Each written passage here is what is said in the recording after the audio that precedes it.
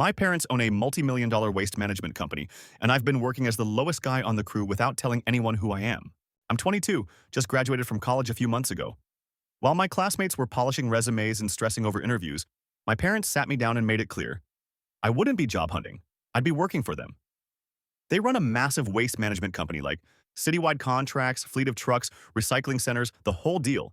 It's their legacy, and they want me to take over someday. But they also made it clear I wouldn't be jumping into some cushy office role with a fancy title. If I was going to lead the company, I had to understand it from the ground up. Fair enough.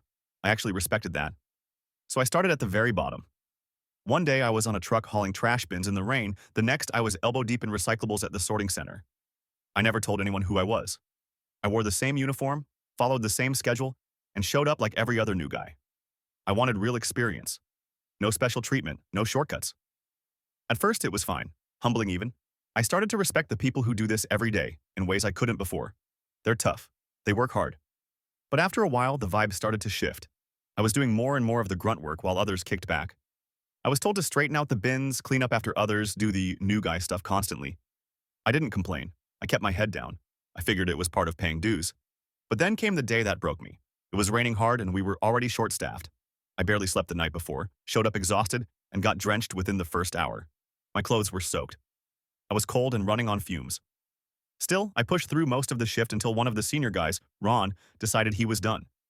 He dumped the rest of his tasks on me and said, "You're the new guy, you handle it." "I gotta leave early," I snapped.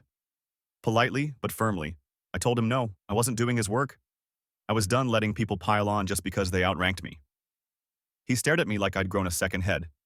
Then, with a smirk, he said, "Careful. Management might not like it if I start talking about your attitude." I looked him dead in the eye and said, "Then let's go to management right now." He blinked. Didn't say another word, just walked off. That was the first time I've ever stood up for myself like that at work. I didn't play the "I'm the owner's son" card. I still haven't. But I'm starting to realize being the boss's kid doesn't mean I have to accept being walked over to prove I'm humble. I'm here to learn not to be everyone's personal doormat.